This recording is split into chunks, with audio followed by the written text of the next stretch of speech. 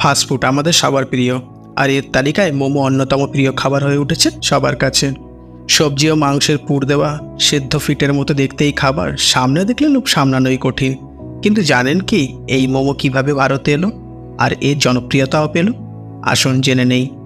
মোমোর এই ইতিহাস কিন্তু খুবই পুরানো এবং ভারতে আসার আগেই এই স্ন্যাকটি আরও অন্য দেশের মাধ্যমে দিয়ে এখানে এসেছে। মোমো প্রথম তৈরি হয় 14 দশকে নেপাল ও তিব্বতে, কিন্তু ভারতে আসার পর তা এই দেশের খাবার হয়ে ওঠে। শোনা যায় 1960 সালে প্রচুর সংখ্যক তিব্বতী ভারতে প্রবেশ করেন বসবাস করার জন্য। দেশের একাধিক অংশে থাকতে শুরু করে দেন। লাদাখ, দার্জিলিং, ধর্মশালা, সিকিম ও দিল্লিতেও থাকতে শুরু করেন তিব্বতীরা। তাই এইসব জায়গাতে বিভিন্ন ধরনের মোমোর দেখা মেলে। তবে মোমো নিয়ে আরও একটি গল্প প্রচলিত রয়েছে, তা হলো কাঠমান্ডু থেকে এক দোকানি তিব্বতের রেসিপি নিয়ে ভারতে প্রবেশ করেন। তখন মোমো ইয়াকের মাংস দিয়ে তৈরি করা হতো। তিব্বত থেকে উত্তর ভারতে আসার পর স্বাদ অনুযায়ী সবজি দেওয়া হয়।